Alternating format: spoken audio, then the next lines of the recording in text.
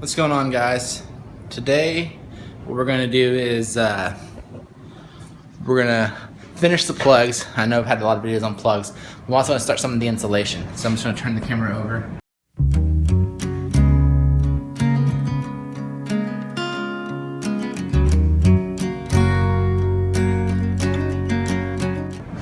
So I've decided to go in segments so I feel like I'm getting more stuff done. So I'm going to replace that plug. It came with a brown plug, but we're doing white. So I'm going to replace that plug, make it white, connect this one to that one, and then I'm going to test it to make sure that everything is set up properly. And then I'm going to insulate the walls. So without further ado, let's get to work.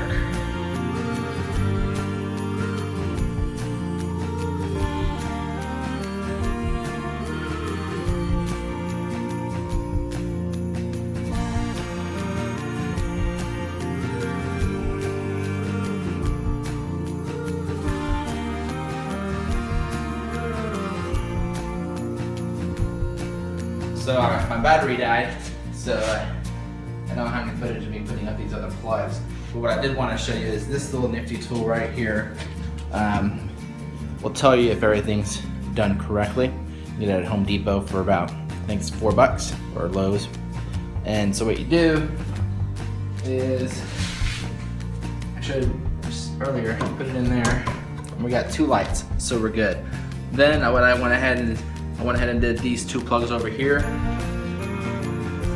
and I'm gonna make sure that they're correct. So we go here, two lights, we're good. Go down here, two lights, we're good. This tool is what inspectors and stuff use when you're, so it's kind of a good thing to do, because if I had to get a permit, they'd bring this tool here and they check every single plug. And then just the last one up here. This one here. This one right here. So we got two lights. Probably can't see from down there, but we do have two lights. So all our plugs, for not being an electrician, all our plugs will work. All right, now that we did the plugs, we made sure they were wired correctly. Next up is going to be the insulation. You have three ways of doing insulation. First one, spray foam. That definitely works very well. It's also going to be more expensive. We chose to go with just the regular insulation here. There's two types, R13 and R19. I didn't know the difference before I got started, but the R19 is going to be 6 inches deep for 2x6s to go in between there. The R13 is going to be for the 2x4 depths. We're using R13 because we got 2x4s for our studs. We're on 16-inch centers. These are 16 inches as well, so they're going to go very nicely in between the studs. Some of the sheds out there go on 24-inch centers, so that is something to consider when you're getting your shed, because it makes it a lot easier if they're on 16-inch centers. What we're going to use to hang up the insulation, we're going to use regular simple done like this. But if you have friends, family, whatever, and someone has an air compressor, you can get one that has a little air nozzle here. So we're going to use this machine here, which is going to make it a lot easier. If we turn it on, it's going to fill with air. We connect it to our gun, staple gun right here. We use the T50 screws right here, or the T50 staples. And it's going to make it a lot easier. We're just going to be able to go bam, bam, bam, all the way down. It's going to make it a lot quicker. You can get a lot done sooner. But prior to doing that, what we're going to use is something called diatomaceous earth, and it's a natural powder that you can use to prevent insects from coming into your house. And whenever you build a new situation, a new lot or a new property, that first year you're gonna have bugs and scorpions, because it's like nice and warm and everybody wants to get in there into your nice little shed or house. So what we do is, you can get the diatomaceous earth. You get a Tractor Supply, feed store. This little thing was like $14, but if you buy like a 5-pound bag, I think they're like $7. So it's probably better to buy the bigger bag. But all you're gonna do is go in between the studs, And then you're just gonna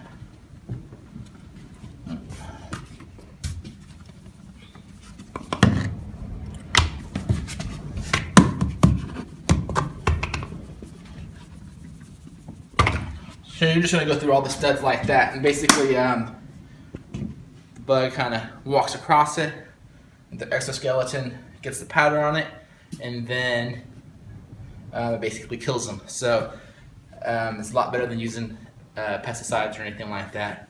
So diatomaceous earth, if you do use it, just make sure that you get food grade, and that's a natural way of keeping bugs from getting into your house. Well, let's go ahead and get this started.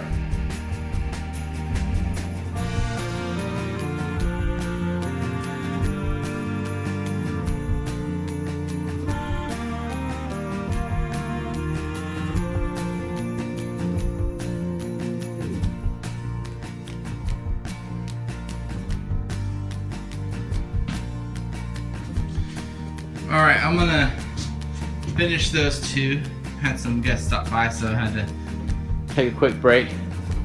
And if you notice, I had to cut these. The reason I had to cut them, in my earlier video, I said we're on 16-inch centers, so if you're not on 16-inch centers, it'll be a little bit more difficult because that's the size that this comes in. But I guess they come in for the 23 inches as well, for 24-inch centers. So I bought the wrong ones, but I already opened this one. So I'm doing the cutting them, getting really itchy with this fiberglass stuff that's in the insulation. But that's right, I'll just do this wall. I'll have 1, 2 more, and then the other 2 that I have left, I'll probably just put up there in the loft. I'll do a little quick video when I have those done. Alright, back to work. Alright, so I was getting ready to take the other one back, and then I realized this one is, I just saw the size, it's 15 inches. So, where does it say 15? Here it is. Right here it says 15 inches wide. 93 long, I need 90 inches, so that's a little off, but that's fine. So I just had one that was messed up. I guess that's why you need to double check when you buy stuff at Home Depot. But now I know. Since I do have one thing of insulation that fits in between the studs, I'm gonna go ahead and use that one, and then I'm gonna call it a day. So I'm gonna go ahead and set up the insulation into the master bedroom and do one of the walls, so that way we can do some sheetrock tomorrow.